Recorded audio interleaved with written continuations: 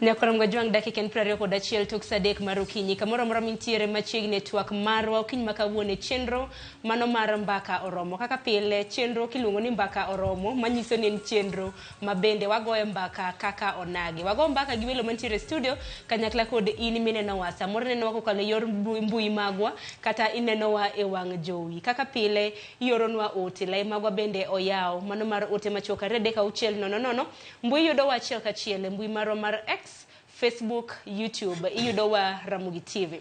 Okiny makawuono nyakwaram gajuanga. King'iyo kata mnatoka ineno ranyisi mano mar sikul. Kinde ka kinde TV mar Ramogi wajagoyo mbaka mabende kelo kata makelo midhiero e sekta mano mar weche mag somo. Okiny makawuono walosa nena kaluore gi dwaro mano mar migao mochung' weche mag somo. Mar mondo mi jonyuol ochul school fee kokalo e mbui mano mar e-citizen. Paro makamani neno nade. Kabende paro makamano osenyoyo paro mopogore opogore kowuok e jodito mopogore opogore e pacho ka. Kapok anyisi welo mantiere godo nyakwaram gajuang. Ntiere Eric Mutai mano gavana mabende en jakoma mano mar committee mano mar COG mochung' weche mag somo. Eric Mutai bende noloso kanyo ka bende okwedo e okang' mager. Waunjane na kapok anyisi welo mantiere godo mane thor wach mabende odhi bedo kwa lose. Children have reported to school, learning is ongoing, and then when we are half the term or somewhere in the term, we wake up in the morning and tell people that you are supposed to do payment e-citizen. In as much as it's a good idea, but we ask the ministry to be a bit more organized so that they are not reactive and be able to provide information early enough so that our people will not be in doubt as to whether is there a fraud or is there something that is sinister behind it. What the Presidential Working Party report did was to mutilate the constitution of this country. They gave out proposals that ECD function should be taken by the national government and be paid by the national government, when they forgot that the national government has never invested even a single penny to our ECD facilities. Nyakoram gajuang mano lakrar Eric Mutai jakom mano mar committee mano mar weche mag somo mano e Council of Governors. Winjo kanyo bende kwacho pache kaluore kod dwaro mano migao mar weche mag somo mar mondo mi jonyuol ochwala omenda kokalo mbui mano mar e-citizen. Skunde wang'e noseyawo to nang' meni directive kata dwaro makama ikelo kata mdhi nyime. Mane thor wach mabende wantiere godo kiny makawuono antiere gi welo adek. Mokwongo antiere ka gi Mheshimiwa Peter Orero. Wajaluonge ni japuonj kata kamano en jaod bura mane kar chung' od bura ma Kibra e county ma Nairobi. Bende en achiel kuom jokanyo e committee mano mag somo e od bura mar National Assembly. Mwalimu Arwaki ni machiegni. Erokamano ahinya, an be amoso Ramogi no yawre uru ahinya. Erokamano kuom luongowa e go mbaka e weche mag somo e Kenya ka kendo aparo ni wabiro dhi maber. Erokamano ahinya kendo machiegni. Kopogore gi mwalimu Peter Orero nyakwaram gajuanga bende antiere gi Newton Ogada jalony weche mag somo. Newton, in bende inyalo moso jopiny. Oyawre uru nyikwa Ramogi ajuang and oyawre again ne Ramogi moluongo kawuono mondo wago mbaka e weche mag somo kata gik matimore e sekta mar somo. Erokamano ahinya kendo machiegni. Mwalimu achak kodi ang'eni bende pachi kotende kod okang' makamaendi e nyoro e weche magwa mag migago weche magwa mag sabiro bende nwawinjo to koro iloso kaka jala ma bende njod bura county mane county ma Nairobi kar chung' od bura ma Kibra bende jalo mosebedo jatend jopuonje skunde mopogore opogore. Dwaro mar chudo kokalo mbui mano mar e-citizen ini kawe nade? Erokamano ahinya. Aparo ni wach mwadwa loso kawuono ni en wach momako oganda kendo mako Kenya waka. To ahinya kaka jaod bura be mane e committee mar somo. Na okawinjo maber ahinya ni an bende kaka jomoko osome e gazet ni gini biro. An be kaka nasome e gazet ni sirkal dwa loko yo michulo go pesa e skunde. Kato gidwa chako gi skunde mag national schools. Aparo ni Kenya ka ji osebedo ka kelo policies moko mapok gitero ne jopiny ma jopiny owinjore e ratiro mare kendo adier mare ma gineno ni to gini ka gikelo to dhi konyo e jo Kenya nade. Onge gima duong' mogik e piny ka gi pacha moloyo somo nikech somo nyalo mi ing'e gima ne ok ing'eyo. Somo nyalo miyo ogolie dhie, to somo ni be manyalo miyo idhi ndege midhi loka. Nitie gik mang'eny be manyalo tero ji loka, lakini somo momiyo nyithindo ma Kenya ka chalre, ibed nyathi jamoko, ibed nyathi jachan, ubedo e klas achiel tipuonjo gi japuonj achiel. Omiyo kana winjo wachni na para ahinya ni to ang'o momiyo wachni idwa kel garaka to jopiny pok nong'eyo, nyithindo pok ong'eyo, jopuonjre pok ong'eyo. Mokwongo nitie stakeholders madongo dongo education system ka. Wan gi Heads Association motelnegi jogo marito skunde e Kenya ka mangima, mamoko wae national schools, moko wae county schools and kamano. To nitie organizations moko miluongo kaka NAT, kaka KUPPET, kaka Parents Association, Ministry Education, Parliament Education Committee. Jogi owinjo bed ni ka policy madwa chuno ni jo skul te nyaka ti gi wachno, owinji kongi luongo gi mapenj gi pachgi ni to gima kama kidwa tim e Kenya ka to biro dhi konyowa, nikech policy moro amora mikelo mokwongo nyaka ng'i benefits mage kapok oter ne jopiny. Omiyo gini kokel, an kaka ng'ama opuonjo higni mang'eny, na puonjo madhi mabedo jatelo jo skunde me secondary, mabedo bende jatelo mag organizations mang'eny mag skul. Ei skul kacha nitie gimiluongo ni vote heads. Vote heads gi gipogore. Mo nitie ni personal emolument, magik machulo salary mag jok matie skul kanyo, kendo obed board of management teachers, obed jo UHO, obed clerks, koro ma pesa ma tiyo kanyo. Nitie moro be tuition account meng'iyo go buge to gi gik machalo kamano. To nitie gimoro ni MRI, maintenance, repair and improvements. Koro iyudo ka migepni mopogi kokel gini e-citizen. Mokwongo pok jogi onyiso jopiny to percentage mane midhi tigo koni, to percentage mane midhi weyo ne skundegi. Kaka boarding school samoro pesa onge, titimo gimoro ni environment, igolo gimoro e agulu ni tidwoke koni. Magi gik matindo tindo ma ka ok oler maber to skunde mang'eny iwacho ni jomachon nowacho ni kier ok e podho, to kawuono dwa wacho ni an kierno ma wang'ni gi kier magipodho dead on arrival. Tiende ni otho kapok ochakore. Ang'eni matitwa biro bedo kwa lose kotende kod choko pach oganda, mano public participation, nikech lokruok moro amora ka itimo nyaka chok pach oganda. Winje ni oganda jodite migo mar somo to wachango bende kopogore gi mano mwalimu ang'eni bende juma mabiro ubiro bedo kuyawo od bura mano chieng' tarik 13 mano mar juma mabiro. Akeni wach makama bende nosechopo e committee mano mochung' ne weche mag somo kata oyo ibiro bedo kilero ne nyikwara mgejo. Ng'en mana Newton kapok arwako wendo mantiere kaunti ma Kisumu, in mena winja na pachi kotende kod dwaro mano mar chulo fee e mbui mar e-citizen. Ana paro ni pacha digwenyre gi pach jalno mochung' ne weche mag somo kaluwore gi twak makoro giketowa mondo wabed godo sani. Pok otieko dwe achiel nyaka ne jonyuol chandre matero nyithindo skul, kendo ka ng'iyo to ne en chandruok ma nyithindo moko ne nitie manokadho public primary manodhi national schools through manosiepegi to gi oganda manchochiwore ni mondo gidhi gidonji mondo gisom. An awuoyo kaka jalno ma nigi skul, an gi primary to gi secondary, kendo achaka wuoyo ka ng'at matiyo gi riwruok ma ok mar piny owacho ma tiye kor gwenge kucho maromo gi nyithindo machandore gi mine machandore gi nyithindo makich making'iyogi to somo no kende makineno to nyalo biro yawo pachgi machieng' moro dalagi betaya noliel. Nyithindo gi ibiro yudo ka samoro dagi modong' kodgi tok ka jonyuol nosetho nyalo yudo kata bando moro to tere skul mondo ndikne mondo nyakware osom. Iyudo ka nyithindo gi samoro nyalo go amal moro matin mag mjengo mag gedogi mondo dhi ochul go skul. Ok ang'eyo ni to sama ne wachni wuok e ministry mar education be ne giyango ni ji ok romre Kenya ka, kech adwa mana wacho ni jotelo motelnwa sani thothgi ok wuok e mier kamana nigi pesa. Kata mana ker marwa king'iyo history mare nowacho ni nochandore kodhi skul ma seche moko kata wuoche noonge godo. Koro state no aparo ni nikech atie kor gweng' kucho pok orumo kendo pod ong'eny.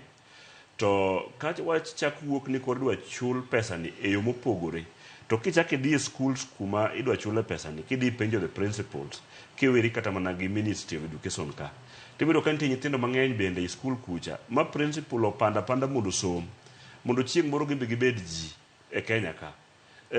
Asebedo ka luwoga jotendwa ma josiasa gi, iyudo ka wan kata mana gi Honorable Babu Owino, owacho pile ni en min gi ne uso chang'a eko nyalo dhi go school. Situation no pok orumo piny kucha, pod entie. Koro kang'eyo ni to miyo ma jachan muti modong' gi nyikwaye mago amal ne ji to yudo kata mana bando moro matin eko tero school, en to dwa dhi chulo pesa gi e-citizen ni nang'o? Namba 2, pes manodong' mane pok ochule school ne gin adi? Tidwa ni mondo koro ikon ng'ani no dhi o register e-citizen mochul godo school fee ni nang'o? Namba 3, e weche go te jogi pok oluongo mana ka mheshimiwa owacho, mwabedo gi ni public participation, mwapenjo pach jopiny ma gino dhi assembly, ma jo assembly okadhe, to osenyaka lande ni en gima koro dhi timore. Adwa wacho pacha matin nikech pod wantie gi time. Ne jotendwa mantiere e migepe mopogore opogore, onego bed ni giyudo thuolo mar dhi e kor gwenge kucho mag ng'e chandruok mantie e kor gweng', nikech Kenjwa ka gima nyalo konye sani wan mana gi sectors ariyo kende, education and health. King'iyo in terms of education kanyo, iyudo kanye ogol eduafia, skunde sani nyithindo kwame dho gate ka gituo to ok nyal thiedhgi. Don wach ni eduafia nogol kaluwore gi mibadhi. Nogol kaluwore gi mibadhi kapok gitimo uchunguzi ni to ji adi e sikunde gi mane ok tim mibadhi, nogole kaluwore gi mibadhi. Sani koro mibadhi mondo miyo gole no osamo wuoyeni, nyithindo mang'eny okwamo ma pod ok nyal somo nikech gituo, to kendo be parents gi be nouso mana samoro lo mondo gidhi go school. Koro thieth be ok nyal thiedhgi. Kichak iwe mibadhi mane giwacho ni, mibadhi ni be ok gilose, nikech kata mana sani kichak idhi e hospitals kama koro dhi chulo gi pesa ni, yath be koro pod onge. Koro king'iyo weche mag education kwa ng'iyo, to aparo ni kisungu moro mayot ni en gi perfect confusion. Yani gin gi confusion moro perfect ma gitemo pando go pacho ganda. To nego wang'iye matut moloyo kama ging'iye. Ero kama na nyato kwa ng'i matut bende wang'iye na ber munyalo biro godo gi rach munyalo biro godo, nikech wang'e ni migawo mochung' weche mag somo nitiere gi dwaro mar mondo mitime kidam. Ochak kod national schools kapok odhi e skunde mago mag kor gwenge. Okiny makabundo nanyisi na nitiere gi welo adek nyakorom gajwang'e kaunti ma Kisumu Zablon Awange, jagoro mano makopet bade ma Kisumu bende oseriwore kodwa. Mwalimu kinyalo muna winja in be na mose ni misawa, in be na winje pachi kaluwore gi dwaro mano mar chulo fee e mbui mar e-citizen. Misawa inya Sharon, nyinga Zablon Awange, jagoro mar kupete bade ma Kisumu. Ariwa koduka e TWAK mar dhi mbele mar e-citizen. Ma serikal dwaro kelo go ni koro dwaro nyithindo bro choko fees kokadho e mbui mar e-citizen. To anyalo dhi achiel kuom pacha.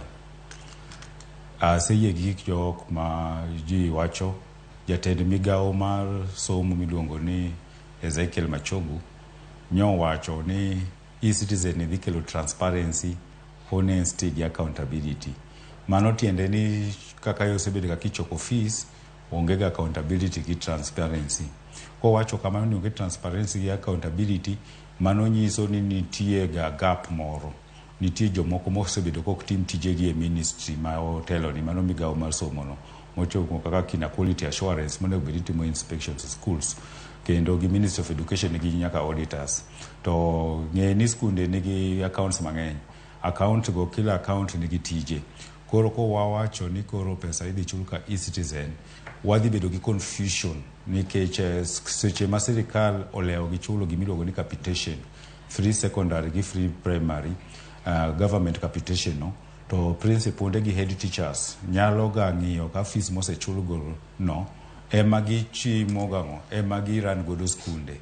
To ka wadhi e e-citizen to onge assurance, ose wach mana verbally ni gini ka pesa odonjo ni tidhi tere school.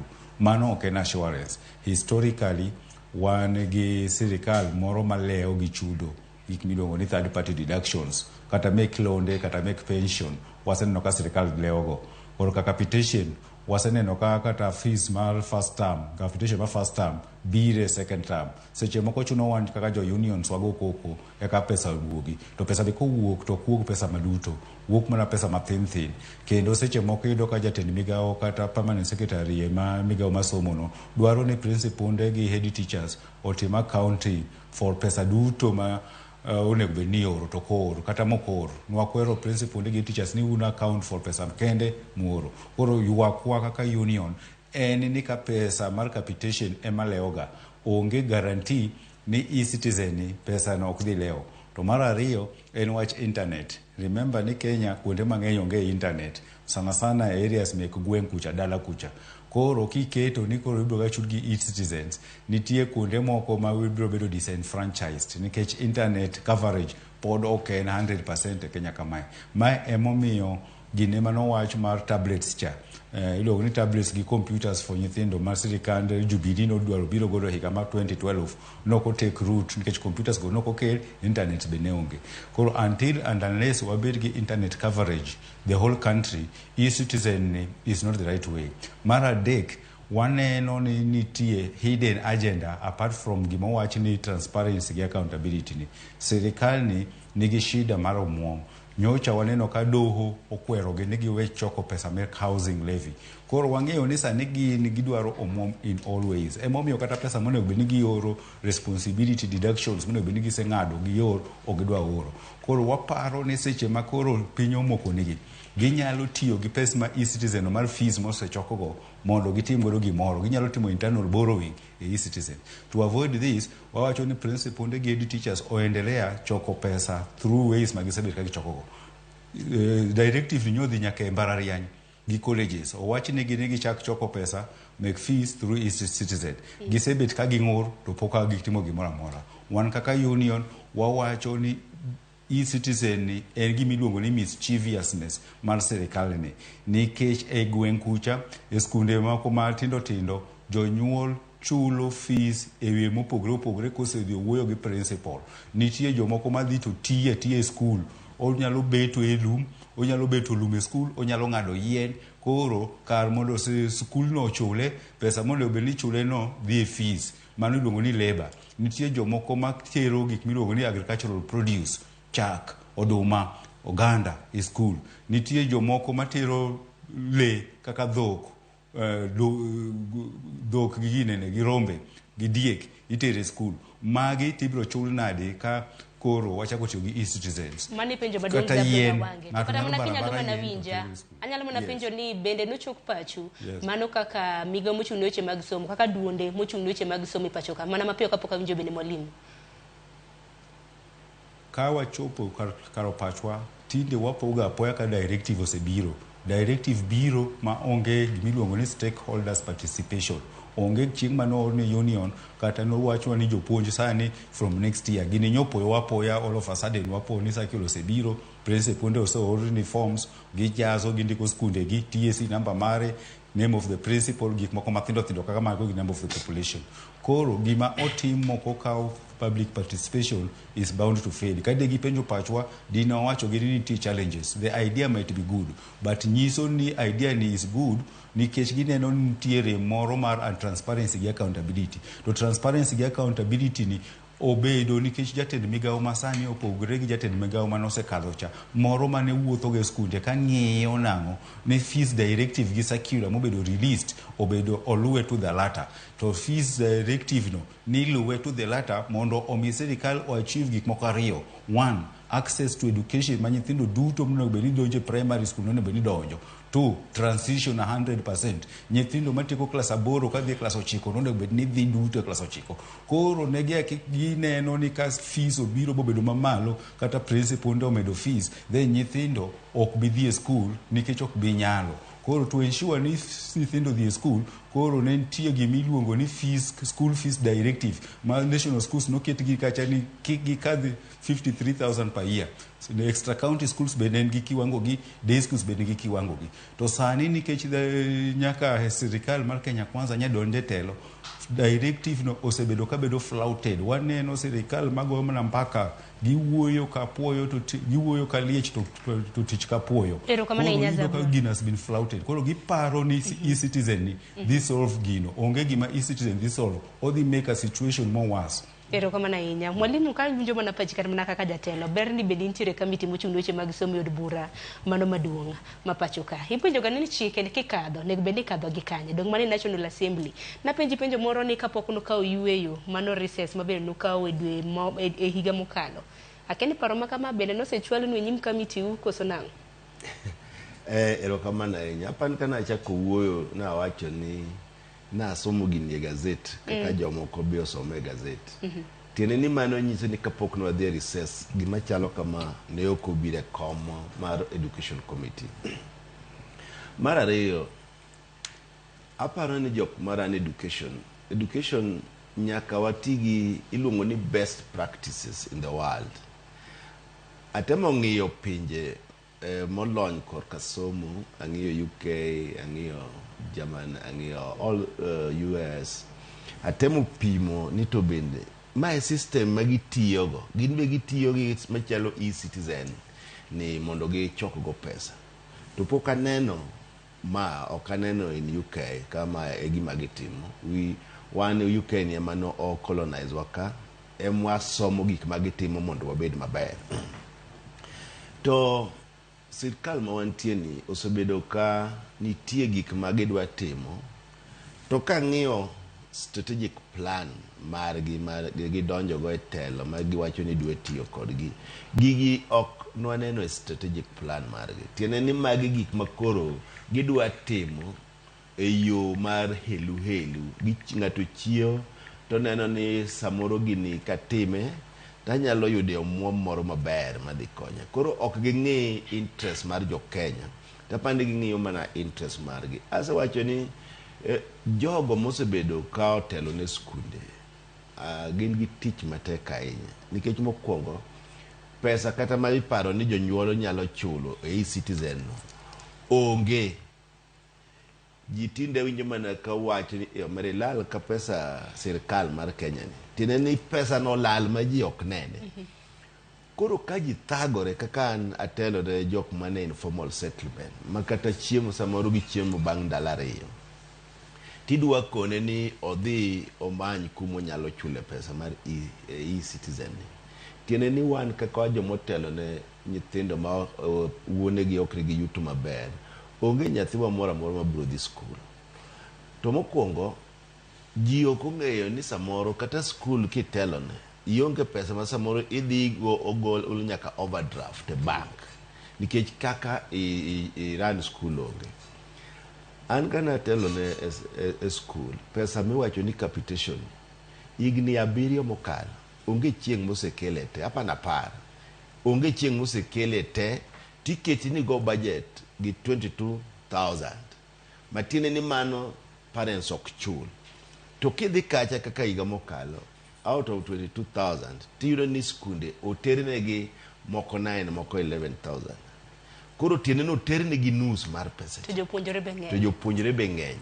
To ma tiene ni nyaka thi ka nyathi 11,000 ok oterne.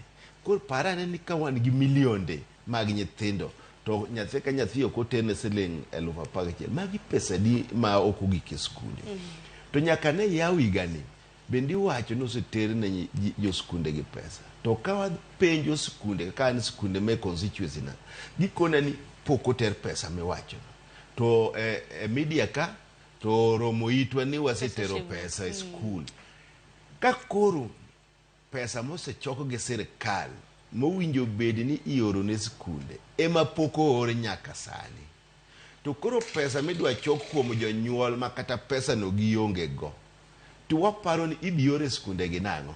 Tiene ni waneno ka sirkandi ni dwa go wach mar education piny, nyaka be ni gidwa ni gitel ne jomofuo lilo e piny ka, ma gineno ni ka higni 5 no rumo to gimedo fuo e Kenya ka moloyo kaka ne obedo. To wan ne wayudo independence ma gima ne wadwa gorogo mokwongo ni en wach mar fuo ma wan go. Koro aneno ka sirkand ni dwa duokowa igni 50-60 mokalo. Ma koro neno ka gima en chal ka gima itiyo kodwa gi agoko kosena. Ok iwacho kata agoko no okala agoko. Nikech ma dictatorship of ideas. When we look at kwang'iyo kaka wan e Kenya ka, ing'eyo nyalo bedo a socialist, a capitalist, to you can also be a dictator. Kata ideas nigo ber to kiti gi jopiny, tiene ni in gimiparo na emidwa timo. To telo ne jopiny mogombulu ni mondo itine jopiny. Omiyo wach mar education e Kenya ka an piwanga dok meye nikech kang'iyo kaka mokwongo JSS no ema onge kata jopuonj. Pesa mimiyo gi be pok odonjo. Kidhi e secondary bende jopuonj over 100,000, about 200,000 mawinjo be ni ndiko pod onge. To koro ni giwacho ni dwa kelo transparency, honesty and accountability. Honesty en a virtue. Mokwongo ok inyal kele through e-citizen. Ne dwa kelo honesty. Donc samoro miga mochung' weche mag somo neno ni samoro school fee kochule bengi mago mag sikundi itiyo gi pesa marach nikech kaluwore gi jatend miga mochung' weche mag somo wacho ni kochule e-citizen biro kelo bidhruok to mibadhi bende biro bedo ka dok chien. Igeni mokwongo ncha somo report mar Auditor General kendo chaka somo report mar Controller of Budget. Kakoro Controller of Budget wacho ni kong'iyo pesa michulo gogowi to kone kata kumo chule. Owacho ni chulo mana hewa. To Auditor General be wacho the same thing. Tiene ni already pesa ma sirkal nigo ka. Kata gowi ma giwacho ni gichulo. Ok chul kanye ma mibadhi nitie. To dak gisewacho ni ng'ane motimo mibadhi ni. To kendo sirkal sikundegi sirkal ema timo auditing, Ministry of Education. To ka giwacho ni mibadhi nitie, to donge gin gi auditors. To gin gi quality assurance mabe jo Kenya chulo taxpayers margi mondo ging'i kaka jotelo tiyo maber e skul. Dak gisewacho ni skundi ni nitie mibadhi, omiyo wagolo jatelo ni mondo wakel ng'ato moro. To ma pok otimore.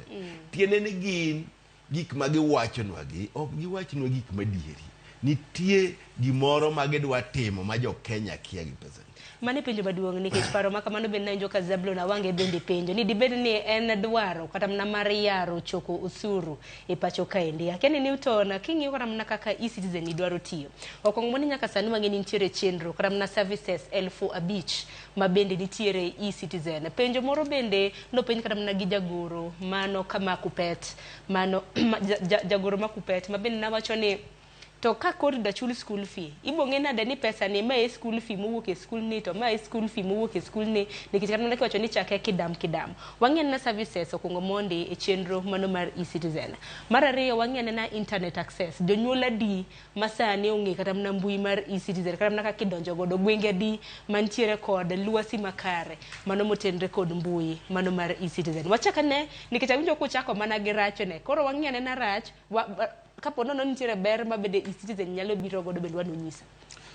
Erokamano. Gima nyalo wacho masaneno sirikandwa ni en ni ok ginyal tieko mibadhi mantie mogo tach e migawo mar somo. Ncha wakedo kae gi wach mar kwalo penj ne nyithindo imiyo marks mok mekgi ka gidhi e mbalariany to koro ok ginyal timo maber nikech ne omigi marks mane ok mekgi. Ka giaye mano gikelo the CBC system madhi mbele sani ni. Owach ni gero classes mag CBC wachenjo curriculum magitimo mano ka bende ok gitimo nonro maber gi jopiny maging'e ni gini nyalo tiyo kendo en very expensive en koro en tek molo kata pesa gimo wuoye kawuono ni. Mano bende giwe kore kanyo ok gitieko. Ka pok gitieko mano gichak giwacho ni koro subject mane gichiwo ng'eny gi reduce gi to a certain number. Sama gi reduce gi books be pok gikelo piny kucho ma nyithindo gisomo go. Parent bi ket ni mondo many kaka nyathini nyalo somo. Gik moketie subjects go be dwaro pesa.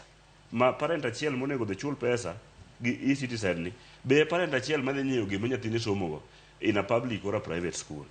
Kapok gitieko mano nikech aparo ni bet mar somo ni osebedo chakre higa mokalo nyaka sani.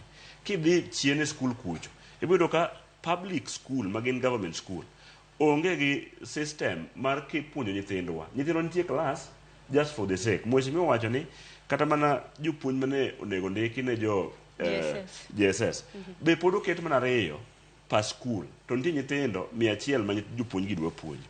So gima nyalo wacho kar ka chudo kia mar e-citizen ni anya ma ko bunge ne gidhi e bunge kucho gidhi gitamre gino gokinyi ma koro ok en gima ing'iyo ni iwuok e party mane ma gima koro konyo nyathi wadu mantie dala gi minu mantie dala ka gidwa ni mondo gitim gik moko in a transparent way e yo ma uyanga ginyiswa ni kata mana affordable housing money osechok adi to oseti adi to ute adi moserumo nyaka ne chak choke kapok no olor wach mar choke ni gichak ginyiswa ni nyaka ne gikawo sirikal bende giyiero ministers gima kelo chandruok kaendi ni kwa Ramogi en ni ministers wantiere godo kaluoro wacho oketgi nikech ne gi support the government gin jok ma somehow ok gin qualified to manage those dockets gin okawe ka ni supporter in become mondo mi this ministry in ni supporter become mondo mi this ministry ma bende okrach nitie jok ma bende ok odhi school maber to komi ministry to man jok mano somo to koro tiyogo to gidhi mana mbele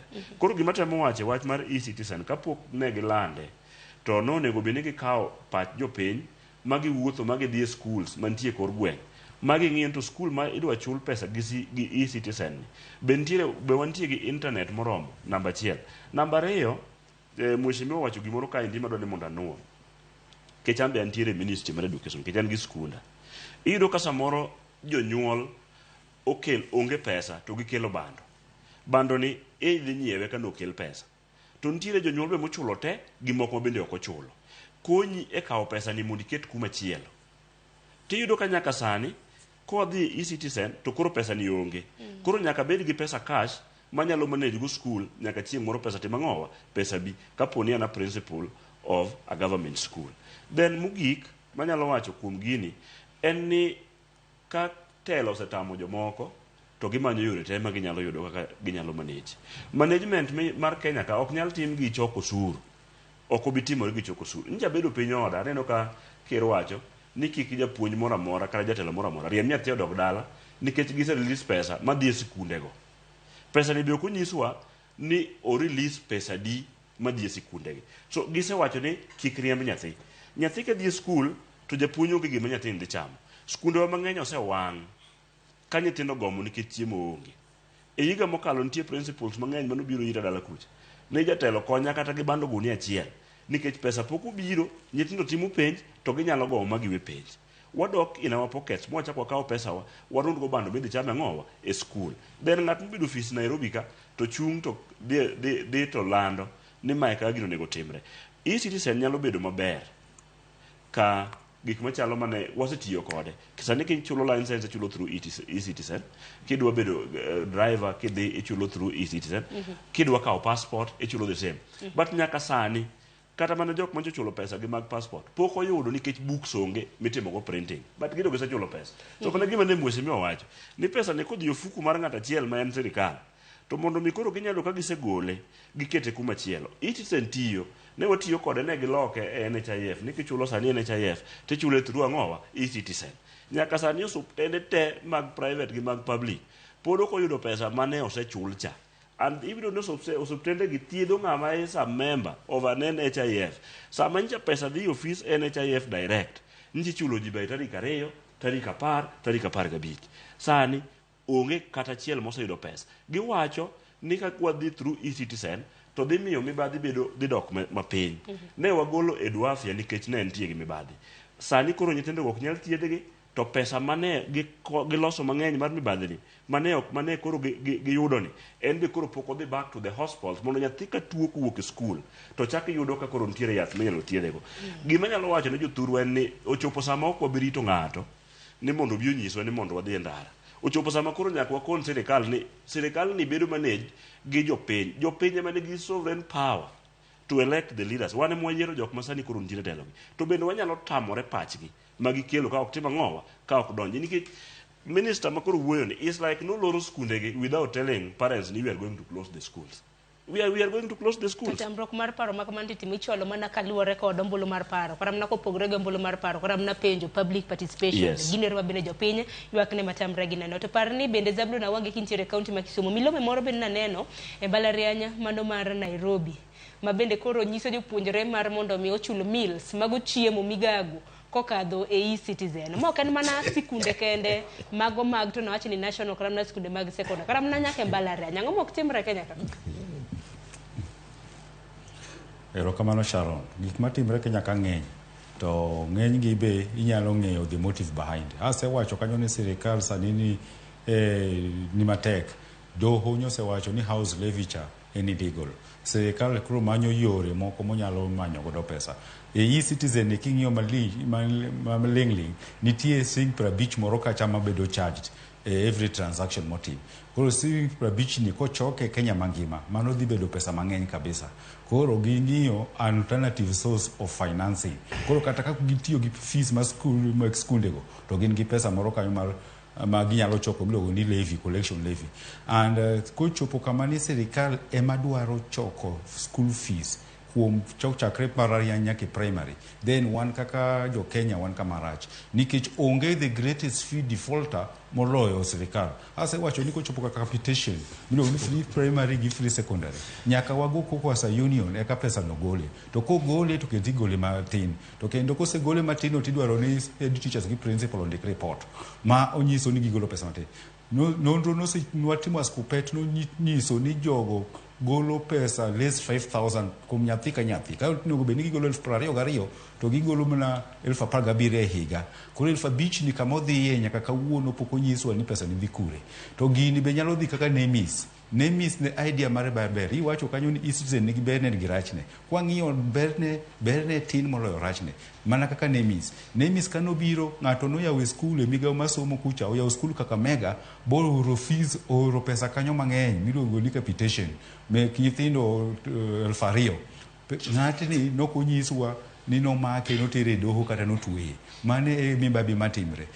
Kendo wawacho ni sirikal through jatend migawo masomo Zekil Machogo wacho ni gidwaro kelo transparency mondo gigol gimiluongo ni illegal levy. Kinono maber to illegal levy ni gin ema gimiyega permission. Iyudo ka principal nde ka pok omedo pesa to ndiko through the county education board, gindiko to the minister ni wadwaro medo, nye waromo as parents gi stakeholders, wawacho ni wamed pesa kama mondo watim godo gima kama. En jatend migawo ema goyo ga lwete to accept ni skundino onego medi. Koro kanyo be is a catch. Principals wacho ni gin gi permission mar medo pesa to ministry be wacho ni jogo timo mibabi. Korka corruption mibabi kanyo. Negi kawo tich mar buge ni nyiewo ga schools to sirikal nowacho ni sani koro gin ema gidhi nyiewo buge. Nyocha waneno ka buge moko modhi Nyamira nyoyud mane bungu. To seche me buge go yude bungu, skunde moko be nigi buge mang'eny kabisa ma ok ginidi. Koro gikia iluongo ni needs assessment. Sirikal kiaga timo gimiluongo ni needs assessment. To koweye pa school ka school ng'iyo ni ang'o ma gidwaro, ang'o ma ginyalo timo mar kelo pesa e skundgino. Koro kwang'iyo korka e-citizen no, nyithindo duto masomo e skundego ok nyis ni gite gichulo fees. Nyithie moko mabiro through bursaries opogre. Were gi moko mimiyo CDF kata miyo county government. Sirikal chiwo bursary be. To sirikal nigi agencies mag chiwo bursary. Kata kamano waneno ka nyithindo mang'eny higani nokwamo ka ok nyal chulo fees, moko chung' mana gi placards ka kwayo kony ni ayudo max 420 pok oluonga e skul to tama fees. Mano nyiso ni sirikal oserem. To ken kata bursary mar rieko kende. Nitie bursary mar talent. Anapuonjo Kisumu Day ndalo moko man class teacher to iyudo ka nyithindo mane ni skundno ng'eny gi ai nedi background gi ai mier mopogre, mier ma onge nyalo. To gin gi talent miluongo ni kata ginyalo tugo mpira. Nyithindo gi seche moko no kwariembgi. Waweyo gi nikech giting'o nying skul malo. Koro such nyithindo gi libedo disenfranchised. Idhi magi thuolo. Nyithindo man gi talent moko ma principal ema nyalo neno ne oruma ni nyathini ojaper tiende nego nyalo konyo skul bating' nying skul malo. Nyathini riek nyalo yudonwa A. Koro imanyo way mikonyego. Koro e-citizen ni dhi unearth nyithindo mikonyogi moba thichgi oko. Mano e luor marwa. To mogik kabisa en ni sirikal dwaro behave ka iluongo nang'o ondiek mowacho ni en odhi rito diek nikech jakwath kia rito diek. Sirikal ema jamibabi maduong' ka jogi pok obedo mibabi. Koro unless and until we clean up the sirikal ba waket ni nitie transparency e sirikal ma gik moko itimo maonge mibabi, to ekwa nyalo wacho ni koro sirikal kauru nyaka omwom mar fees no. Lakini kochopo ni sirikal ema dwaro choko fees, mano nyiso ni wadwaro wacho ni jomoko ma choko fees e school go gidhi bedo maonge tich. Remember ni school de ondiko jimino ni accounts clerk, ondiko nyaka basa.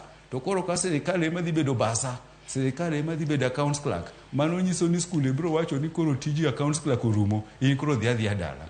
We are going to create unemployment. Yet kero sebet ka wacho ni manyo tich nyaka oko. Ero kama na inya. Tagini penjo maduong' bende en kama kaka nuse wacho ni uton gi mwalimu bende ni pesa makamagi bro chwal kata mna sadi kaka pichecho de madeko. To koro chudo matindo gi to koro bro chwal sadi. Angini pudun tere gi mathoth munyalo wacho kotende gi mana ni osero mokanyo sang'wede mar okinyi. Na koro mga jwanga neno ote magi. Ka wana duogo wana somo ote magi bende pod wantiere gi twak makama biro dhi bedo kwa manyo jofombo magwa e counties magwa mopogore mar mondo miyo nyiso pach jopiny to nene nade nikech jopiny jonyuola mantiere ground kacha une mama bende iwacho ni ntiemu wuok kumigo mochung' ne weche mag somo ten bidhiero mabende biro nwa kaka jonyuol mantiere gi nyithinde skul. We wako yu matin kik dhi mabora.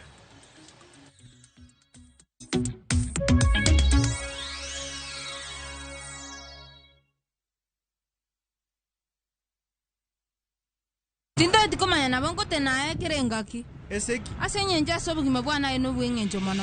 It's a love story like no other, where jealousy and pretense are obvious between Pragya and Suresh. We bring you Kumkum Bhagya in Kisii. Wow. Watch the drama unfold as Pragya is set to marry another man. Muswati omundu arumu yakombwa ani mambi nochote kumusani onomu yakombwa nani mambi ende nochote byamate ani nengia. Watch this beautiful love story of Kumkum Bhagya in Kisii only on Viusasa. Dial *487*1# or visit viusasa.com to renew your subscription. Wanchimbwa maiso ko mio yetamanyaini.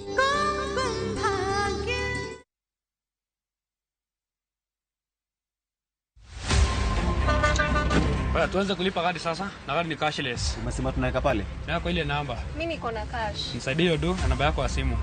Nakusote. Kama wewe ni abiria wa matatu, iwe safari fupi au ndefu, hakikisha umelipa nauli yako ukitumia fomu za kidijitali. Hakikisha umepata risiti yako kwa simu yako in case kuna issue na unahitaji kulipwa na insurer. Risiti yako, yani your digital receipt, ndio ushahidi wako. Kama mmiliki wa matatu, unahitajika na mhudumu wa bima kuwa na njia ya malipo ya kidijitali iliyoidhinishwa ili kuwezesha matatu yako kupata bima. Mambo ni digital. Wasiliana na mhudumu wako wa bima kwa maelezo zaidi.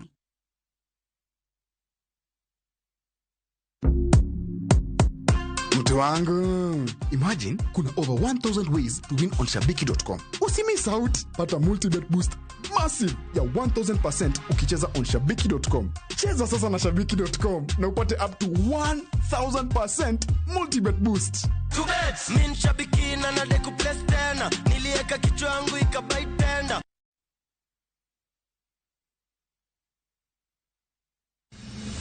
Chieng' tich adek ka tich adek en oketho piny to pod ogoku. Ji dhinyore te kanyo kar jopiny. Magi duto yudore mana Ramogi TV. Yani ene ubiroga bora ne ubiro to otego abiro timo numa gima abiro timo okono timo jo Kenya bu usaul gi wund ma pile buch jopiny to tie kunde moko bende japiny mano golo lo unalos go kembe gi eki nisa ni koro kembe go eki ibro use maduonde japiny okuwinji e od bura miluongo ni parliament. Nyinga Trevor Ombija jandingo panga jonyakach dendo nombija tai nyakwar guok kocha pesa. Tich adek saa 3 otieno. Kik bai.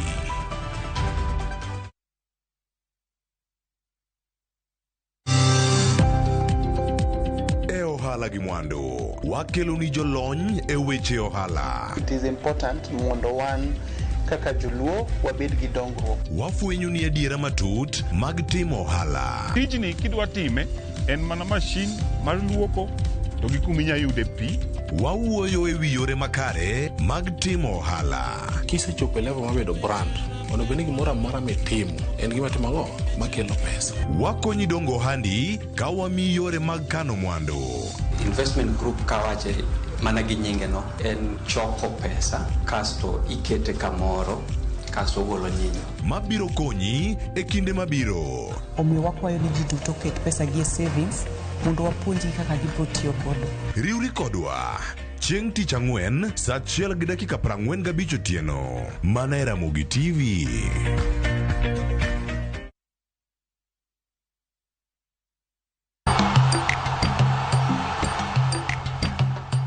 Sadio Mane en jatugo masulwe mar adhula matugo kaka jaloyo ne timno endo mar Saudi Pro League mong'ere kaka Al Nassr to kod tim mar piny Senegal.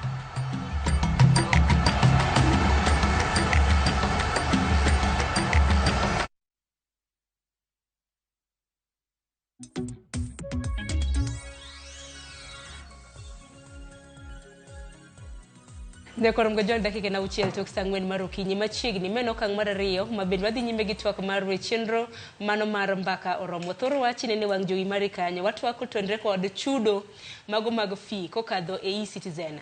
Nasingo ni ne okang mar ariyo makama wadhi tudre gi jofombo mago e kor gwenge mopogore opogore.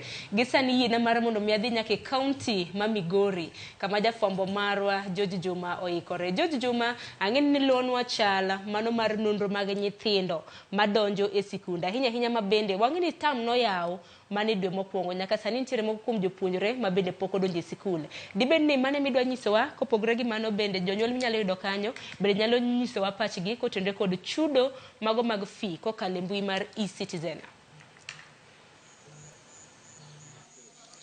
Erokamano awinji makare ka samo wende watie skund sekondar no mar Gamba e sapkweno ma wendo en bende okinywa bende wanno ka jo kanye sekta no masomo oyuore sikul kae ka bende thoro maduong' en kaka inyalo jiw wechego mag somo e skul ne. Atemo wuotho e klese mopopo kaka klas mar 12 ano ka nitie jopuonjre 4. Adhi e klas mar form 1 nitie jopuonjre 7 ka bende gima duong' kata nyuduong' ne ang'o momiyo kwan mag jopuonje tin e sikul ka bende memo kelo jo kanye sekta mar somo mar ng'iyo ni to yo mane minya kony go skul ni mar Gamba mane weche mag somo koro ting' malo mondo jopuonje bende koro bi e skul ni mondo kod somo e yor makare. Adwa ni mondo koro miya thuolo mondo awuo kod mokum jo kanye sekta ni to ang'o maduong' ma gikelo ka ikona ni ma bura mar ariyo kata romo mar ariyo mar jiwo somo e skul machal koda mae en ang'o ma giiko man ni koro gibero chiro mag somo e skul machal koda mae. Koro adwa ni mondo koro miya thuolo mondo achak gi japuonj maduong' mana oyang'no man to kwan jopuonjre chalo nade e skul ka chuki kaka ing'iyo kacha. Adwa ni chakna gi nyingi to wang'e ni to nyaka sama wuoyi ni in gi jopuonje maromo nade form 1 form 2 form 3 gi form 4. Erokamano namba mar jopuonjre ok ber. Form 1 kawuono joma nie klas gin ji 7 to namba ma wan godo mose register moko kobiro gin ji 10. Eka form 4 aneno ka tin gin ji 4 manitie kawuono. Form 2 mang'eny ma gin 16. Kamano. Penjo maduong' en skul Gamba en skul maduong' manong'ere jopuonje ne ng'eny. Sani wawacho jopuonjre 4 e form 4. Ang'o miyo skul ni kama entie? Ang'o mokelo magi? Ok anyal wacho exactly gimokelo ma nikech wasebedo gi meetings mamoko to nitiere nyithindo mane nitie to wuok. Koro reason momiyo giwuok maler to ok giwachonwa. But aparo ni jo ministry are trying to look into it. Jogweng' boseromo mondo ong'i kaka ginyalo konyo skul. Wan gi jopuonjre wacho na pare form 1 kang'e ni be nuluongo jopuonjre koso nuluongo to gibiro koso ang'o miyo kwan ni en mana par kende. Jowa gitin nitie manoluong to ok obiro to kuonde moko bende ne barupe wa ok ochope. Kapok akawo pachni machielo ang'o minyalo tim mating'o skul ni? Ichion wacho ni kwan jopuonjre tin. Ang'o minyalo tim mondo skul no dok kama ne nitiere Gamba manong'ere kinde mokalo? Giminyalo tim mar konyo Gamba e pacha awuon en namba 1 bedo gi stakeholders meeting mondo gibed gi confidence e skul. Namba 2 en wuoyo gi jonyuol mondo jogo mokelo nyithindo o support gi kaka ginyalo yudo lunch. Namba 3 mapani is very important en involve a local leaders kaka aneno ka mheshimiwa meya marwa nika ang'eyo ni nitiere goodwill mondo okony skul. An bende en gombona mondo skunde oyud konyruok. Erokamano wakao pach mheshimiwa kaka wacho ne jat stakeholder maduong' e skul ma kamae. Adwa ni king'iyo kachacha. Iwinjo ka japuonj maduong' oselero ni kwan jopuonj man kok rom kata 100. To skul ne en skul mong'ere ne duong'. Isebedo kitayo kar chung'o burani. Ang'o miyo kwan tin sani? Mokwongo erokamano George. Abiro ncha winjo ni skundni gi skunde mamoko ma wan go kae, achiel kuom skunde manigi namba mapiny kabisa mag joma donje form 1 to gi joma nie form 4. Ka ionge gi joma nie form 4 nyiso ni future mar skul samoro ok ber, nikech kata joma nie form 3 kata forms mamoko go wuoro ni to ka gitieko wuok e forms go to gidhi kanye. Kionge gi joma donje form 1, modonje form 1 nyiso ni wachno rumo kamano.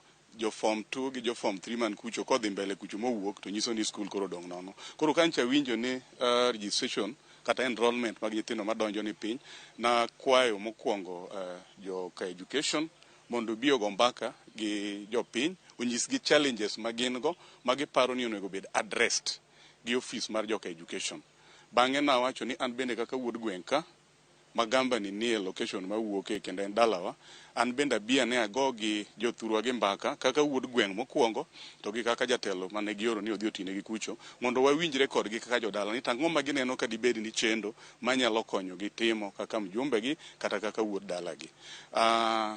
Achiel kuom gik maparo na biro timo, abiro wuoyo kod jogweng' wawinjre ni to ere kaka wanyalo boost enrollment mag nyithindo modonjo ka en challenge mar samoro pesa to wabiro winjore kodgi ni nitie a few ma wabiro winjore ni ere kaka nyalo konyo gi sponsor mondo donji mondo wabed gi namba maber. To mbaka wabiro go mwa winjre gi ng'e be aket gi ng'e ber bedo skundni e kor gweng' kae ka nigi nyithindo maber. Gima miya dile gi jogweng' gi en ni skunde mabeyo te ikuongi konyo gi jothurgi. Onge ng'ama biro expect, ok wabi expect ng'ato ni golo nyathine karachuonyo kata rongo kata uriri ni kelo somo Gamba ka nyithindo mawuok e alwora mar Gamba to ok dwa somo Gamba. Koro nyaka wakwong wawinjre ni kaka jodala ka nyithindwa go wakel ka. To ka nitie challenge mamiyo giparo ni nyithindgi ok nyal biro Gamba ka. Magi gik ma koro adwa ni wa address ma wane ni skul ma Gamba ni bende koro ber mana kano ber chon kata bere molos skunde ma nyithindo ringo kadhieno. An gadi ni sama ibiro ka nitiere samoro challenge kata midhiro ma gintiere godo. Mage ma kata inise fwambo ma idwa ni mondo koro ulosi od bura ma kawuono. Awinjo ni wachore ni skunde moko moluoro Gamba nigi nyithindo mang'eny moloyo Gamba. Koro nyithindo dwa dhi kunde ma gineno ka jomoko ng'enye ma giparo ni nitie puonj maber. So chal ni nitie complain ni puonj meiye ka ok dhi maber. Ok adwa chayo jopuonje sama wawuoyeni nikech pok wago kodgi mbaka. So adwa ni kwasego mbaka jopuonj go biro nyisa ni gito challenges ma gin go kaka jopuonj gin ang'o manyalo konyo gi timo nikech jopuonj gi te mapuonjo alliance mapuonjo Rapogi mapuonjo Kanga mapuonjo Gamba ka college ma gidhiye colleges chalre nyiso ni gin joma are qualified to be here as teachers. Koro ka gichopo ka samoro ma gik moko lokore to samoro lokruok nyalo bedo nikech support ok giyud koa ir jonyuol, samoro ok giyud support kowuok from leadership, omiyo wadwa go mbaka wawinjre ni to ere gima nyalo konyo gi timo kato watimo. So kadwa chako blame ng'ato at this particular time. Katiko kodi nyabedo ni samoro nyabedo gi chenro mar sponsor nyithindo mondo bi kan ke chakruok mar somo samoro sponsor nyithindo mondo bi e skul makamba in gi chenro makamano. An gi chenro mar sponsor ji biro iwinjo ka wacho mbele kacha ni abiro neno kaka wanyalo keto namba mag joma nie form 1 man kagi owuoge 7 ma winjogo to ka thin to bed kata nyithindo 30. Koro ka en challenge mar school fees to wabiro kwongo ng'iyo ni nyithindo adi mwanyalo kawo mawuok e alwora mar Gamba madwa konyo jonyuol gi chulo ne gi school fees kata tam moro achiel kata ariyo mondo gibed ka. To kendo wawinjore ni nyithindo go nyaka bed ka. Ting'ena nyalo mana keto gi ka wasewinjore ni jopuonj man ka gin jopuonj ma are ready to puonjo gi maber. Ema miya wacho ni wadwa ng'eyo ni to first of all ere challenge mwanyalo deal go mondo watam nyithindo mosedonjo ka giwuok ka mondo wami nyithindo mapok obiro ka obiyo donjo e iye ka. Erokamano wakao pach janyuol achiel kende wang'ene to midhiro ni kanye in kaka janyuol kendo idak machiegni gi skul chori mbele matin. Ang'o miyo skul ni kama nitie sani ni? Kichako gi nyingi. Iluonga ne Philip Orero. An achiel kuom stakeholders mar skundni. Challenges mantiere skundni eki momiyo the number dok chien Indeed mane gima omiyo kawuono wantiere kae kod mwesimiwa kendo mano emomiyo jonyuolo biro kae in this number mondo mi wang'i ane tang'o miyo the number mag nyithindo odok piny kendo wadwa ng'eyo ne tang'o miyo jonyuol ogolo nyithindgi ma around Magamba otere skunde mamoko. Koro ka wasewuoyo mwafwenyo the challenges momiyo the number odok piny to wadwa ng'eyo ne tere kaka nyithindo gi wanyalo duogo gi skul ka mondo mi the number odog kaka ne gamba ne en chon. Mae kiti gimo kelo waka be mae gimo wadwa timo kaka wuono. Erokamano kuom paro makamano atieko kod erokamano. Kinyalo winjo mano paro ma jonyuol kaachiel kod telo makawo golo ka otende kod yore mar bero chenro mag somo e skul ka. Bura idhi go ka mar ng'eto ang'o minyalo tim mar ting'o skul ni mondo dok kama ne nitiere. Pod wago tach ka mar biro mi mathoth ne tang'o midhi tim mar neno ni skul ni koro dok kama ne nitie kinde mokalo ma nitie kod jopuonje mathoth. Po wabiro mi mathoth kowuok gwenge mag Awendo. Erokamano ahinya George Juma wawinji e yo makare. En mana ni chal ma kamano gedo marwa ni jodite sekta mar somo biro bedo kakawe e yo makare. Kani skul mar Gamba ni form 1 ni mana gi jopuonjre 10, form 4 bende matin na 10, form 2 mang'eny e skul no ni jopuonjre 16. Geno marwa ni migomo chuno weche mag somo biro donje wach makamano. Kokamano Juma agoni erokamano ahinya. Nyakor mga juang aduoki kende studio wadhi nyime gi thoro wach marwa. Kinyal muna ketna moko kuom ote anoka jopiny ostako penja ni Sharon okikawe ote kawuono ero mae sama bende kora daka ote me isebedo kioro we akaw moko kuom gi bang'e wadonjo wadhi nyime gi twak. Amoso tuoma iwacho ni jomoko tero duma kata jomoko bende baro yiende kato gitere sikul chulo godo school fees. Koro jogi gibiro tero yiene gi ka e-citizen yawa mano penjo mabendi penjo kanyo. Ote machiela som kanyo mano mar Revan Sokoth iwacho ni an dawa ne opuonja kod chak ema ne watero lita 5 okinyi lita 3 godhiambo. Koro penjo en ni pes chak tibiro ket knade e e-citizen. Mano penjo kanyo ma ipenjo. Achieng' Vera ineno yo makare iwacho ni mayo mar thiro dongruoge mag sikunde ka pesa ma yore sikunde madeko kapok ochopo ne sikunde go e wang' sa yawa wacho mokanye. Wote machielo mapiyo piyo chieng' bwana iwacho ni yes principals osebedo kayadho pes jonyuol. Rayudo achiel kuom joneno masiro dwaro mar chudo e e-citizen. Ang'eni mwalimu sebedo jatend jopuonje skul ibiro bedo kinyiso ni pes japuonj mabende pes jonyuol mabende yadho mabende koro chieng' bwana wacho ni to mane. Aoya Lora Tengi wacho ni da chulo fee e mbui mar e-citizen en paro maber lakini timing e marach. Piny mar Kenya pod ni piny e kiwango no nikech ng'eny jonyuol pod chulo oduma yien to gi chiemo mamoko kaka fee. Koro akia ni ere kaka oduma biro kadho e mbui mar e-citizen. Asamo temo gik kanyo abiro somo mar Steve Otuge iwacho ni what about the parents living in remote areas who cannot access the full network? There are some areas without network. And another question, there are also some without smartphone. How would they pay school fees with e-citizen? Mage penjo na kawuono. Nene no Kintiere County, mano Makisumu. Kapora poka winjo paro, karamna maguelo mantiere gode studio nyakoro mgajuang. Atere County Makisumu nitiere wach mabende timore. Jatenda karamna jatin migao, mano mar kit chwech mopogore, Aisha Jumwa. Benitiere County Makisumu duche makawuono. Ka bende no de yao Child Protection Unit. Gwenge Magahero, Ombei, Kanyakla Koda Kasaga. Mule sasa ne gijofuamo wawinjana.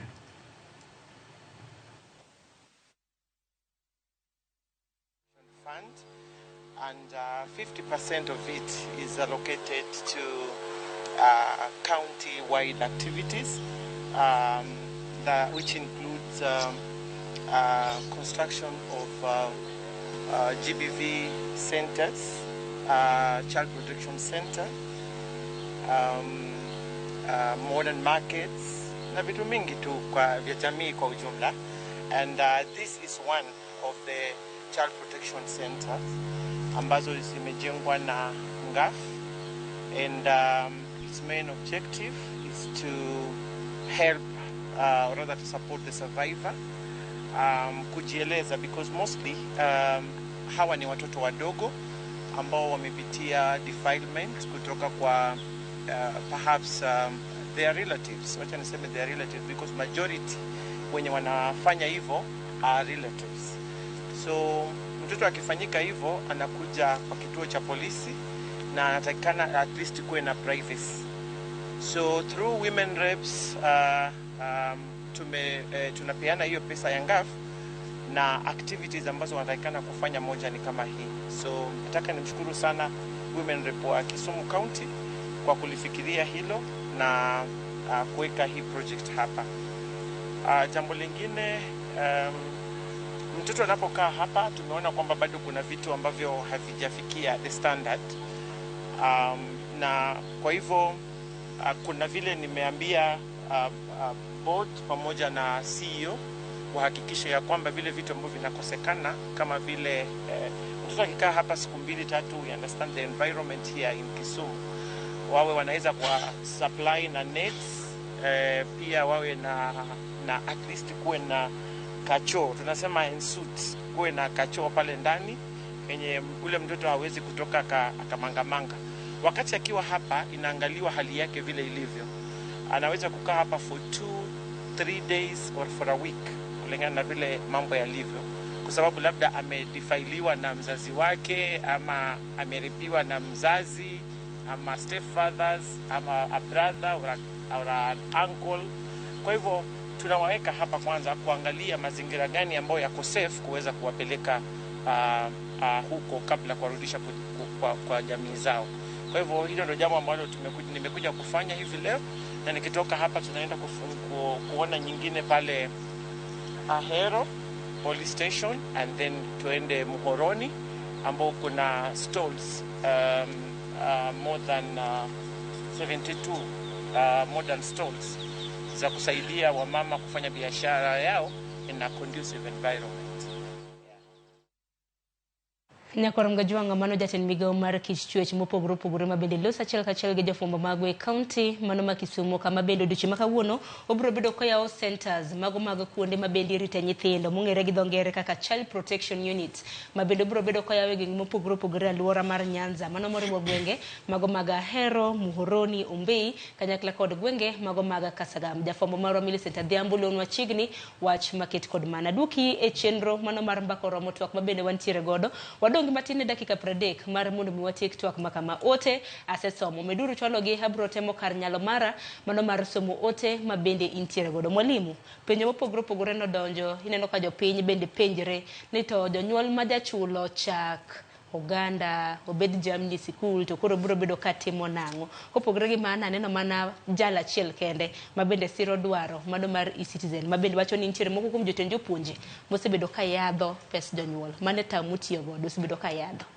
Akan de wach nango nikech inbe nangeni kata mna kopogore gi bedo mheshimiwa osebedo jatend jopuonje e skunde mopogore opogore. Mano to ng'eny chiro ka chiro nyaka yude beja ne kachiel to kata Oganda bende sami chwak nitie moro matimo tama ma ok chwakre. Koro mano be anyalo kete mana kanyo nikech jatelo mag skul kopo ni yadho pes jonyuol to sirkal bade boyo biro oro quality assurance, biro cheko kaka itiyo gi pes jonyuol, kendo kitiyo go marach to imaki kata iteri e court idhi chaji. Onge kama sirkal ok nyal gike. Omiyo sirkal ok nyalo wacho ni nitie mibadhi to gima gitimo onge. Makopo ni giwacho mano to giyudo weng jopiny. An gima adwa chako wacho ni e-citizen jogi nyocho chak tigo ahinya ka jogi nie sirkal. To kon mitiyo gi e-citizen kaka kumigole passport. An be ane committee mar regional integration. Masa moro waluongo PS main charge mag immigration. Tiyudo ni chakre dwe mar 10 nyaka sani jomoko no apply ne passport mose chulo pesa gi e-citizen. To se kao nyaka sani ka passport no pok giyudo. Ana wuoda no apply renewal of a passport. Mokao dweche 5 kapok no yudo passport. Ma samoro kane okan mobunge samoro dine okwayude. Kichine koro noluwo ni wacha kwa kawatwa moro. Ka koro an ma wuoda nyalo kao dweche 5. Koro kara to raia mawa Ombei kuma neno waziri moro wuocha. Ombei piny kocha Kano. Nyalo kao igni adi. to wasechulo pesa magi joma osechulo pesa marito to bende singo bende nochiw ni mashinde manyien ibro bende kinyo mar chapa ma bende budgetary allocation mar sirkal na neno ne wa approve pesa mar ng'iewo mashinde go koro wakia ni mashine maonge kata papers maonge to pesa bende osechul tiene ni delivery ni ok obi depend ni tisechulo pesa kata pok ichulo pesa. Adwa ng'eyo gima jopiny winjo penj ni to pesa nitie portal modhiye to ka ok odhiye ni portal to odhiye treasury koso odhiye consolidated odhi kanye mondo ji onge ni pesa ni kwasechule e-citizen ka to portal ni amodhiye to migep nigi o reflect nade nikech kichule ise ma bro dhiye mar passport ma bro dhiye school ma bro dhi kama nikech e-citizen it is one software nyaka ginyis jopiny ni pesa ni kochule ma to bro dhi kama nade. An gima thaga sani nyaka ka jaod bura ni chakre dwe mar 7 nyaka sani nyaka ne tim budget dwe mar 6 gikocha nyaka sani sirkal pokoro pesa mora e CDF nyoche gioro mana basari to kakoro wane jood bura matiyo parliament ema pokoro no pesa mosechok gusu mar e-citizen to janyuol moro maonge kata gweno dala ne madhi kwa dhok tichule mondo nyathini osom bende pesa ni ibiduoka dieri to pesa ni moko kata luongo wach ni e-citizen no ok gibing'e luongo ni gino to en ang'o makata time higni 20 mabiro nitie joma ok nyal luongo e-citizen. Omiyo nyaka waket gimoro marisonate gi jonyuol marisonate gi jopiny gi emoketo sirkal to kendo gin magen gi power mar jo sirkal gima aluoro ni kakoro gidwa choko fees gi e-citizen to kare basari mwachiwo ne nyithindo gi be idhi kono ni wachule e-citizen tiene ni imigi koni tikawe gi koni tiene ni waonge gi rights mag pesa gi ang'e ni circular ma the next ni wabunge ker nwauru gini through e-citizen to kendo kaka wabunge nitie priorities moko mag sirkal sani konwa ni kapok gi approve budget mag CDF ni nyaka wa commit ni projects moko mag sirkal ni nyaka watim maka nyaka sani approvals mag CDF funds poko timi constituencies mang'eny nikech pok giketo gima sirkal dwaro. Waburo gik kama koro onge gima wanyalo timo kaka jopiny waburo gik kuma sirkal ema dwa timo nwa gimoro amora don koro jopiny bende ng'iu kaka jotelo nikech koro une mukadho chike maket kod magi od bura une mabende ang'eni bende od bura koyaw ntiere moko kuom loso mabende bunu loso kane en machua demokrasi to parliament ne vunja mondo ji ochak odok ir jopiny oyiergi nikech gima parliament sani konyo malich onge nikech gin dhok ma sirkal tiyogo tiene ni parliament sani bill moro mobiro nyaka kal nikech majority kalore gi kwan jod bura masiro sirkal akany. Nitie 2 levels of government. Nitie national government, nitie county government. To in our constitution, nitie percentage mako chok pesa ushuru ni kata obed e-citizen kata obed ang'o. Nitie mowinjo bed ni dhi directly to the county government. Ma ok ni sirkal kuongo choko kao margi koka gi kwayo. To ma kipenjo jo county government sani ni pesa di mosedhi kuno. Gibro nyisi ni pod gi badho sirkal billion yudo ka county badhe 15 billion 11 billion pok gichulo ka koro kan mantiere constitution ma wacho ni sirkal owinjo mi county government pesa maromo kama ema pok ochiw nyaka sani to koro midwa chule school fees that is not in the constitution ma ng'ato wuok go kinyi to ndiko ni kiny or noru bank accounts kata pok okelonwa a committee kata public participation to say orne principles ni mondo gior bank accounts nikech gin answerable to the authority. In fact koro kwang'iyo gini owinjo koro opog kabisa employment mar jo TSC to gi ministry principals nikech principal gi bro golo this bank account nikech gionge authority gin appointed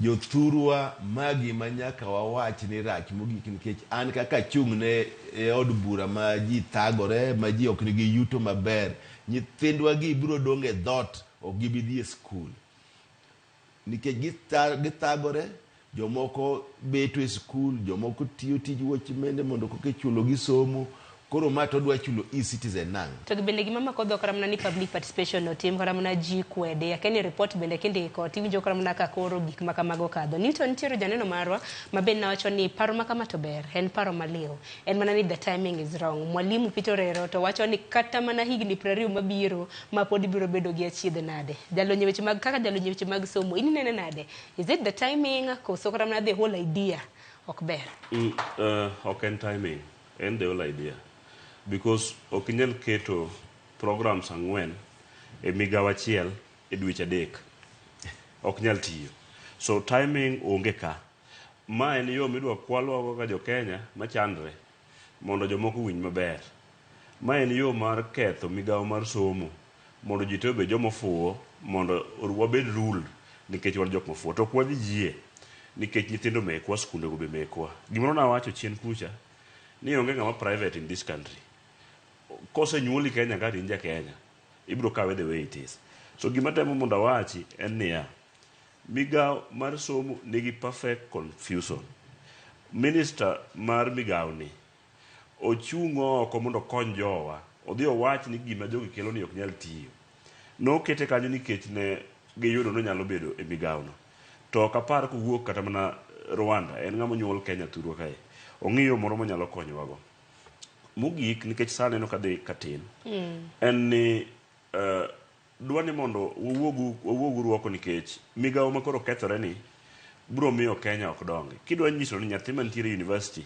no nyalo mana chulo chiemo through e-citizen to nyithindo gi samoro min gi yorone mana siling moro 100 e M-Pesa ne mondo gajre godo ka ji di chiemo nyiso ni pesa ni kodwa chule e e-citizen to nitie siling 50 moro ka ma en olalala maonge kumodhie koro gimonego cham gi siling 100 ok onyal chamo nikech nitie moseng'adi maonge 50 ni be ok onyisowa ni kama ong'ade odhieni odhi e migawo man to ng'at mane ma handle to bani chudo kata na kitimo kata na mag chiemo bende nitiere nyenye moro wiye bende nitie moro wiye mogik Kenya ka pod wan e level ma ji chandore kabisa wan gi jok modak Turkana wantie gi jok modak North Eastern iye kucho kama samoro kata mana koth ok chwe samoro kata mana tuo kodonjo to iyudo konego ji nyaka jamni bende tho kuno to gimbe gidwaro ni nyithindgi mondo bedi ni nyalo dhi sikul king'iyo mana ka mheshimiwa osewacho ka mheshimiwa akia kaka ni timo ne wuodi ambe wuoda no apply passport mana achulo gik moko te e higa mokalo nyaka sani nyathina ni pok onwang'o passport abiro penji ka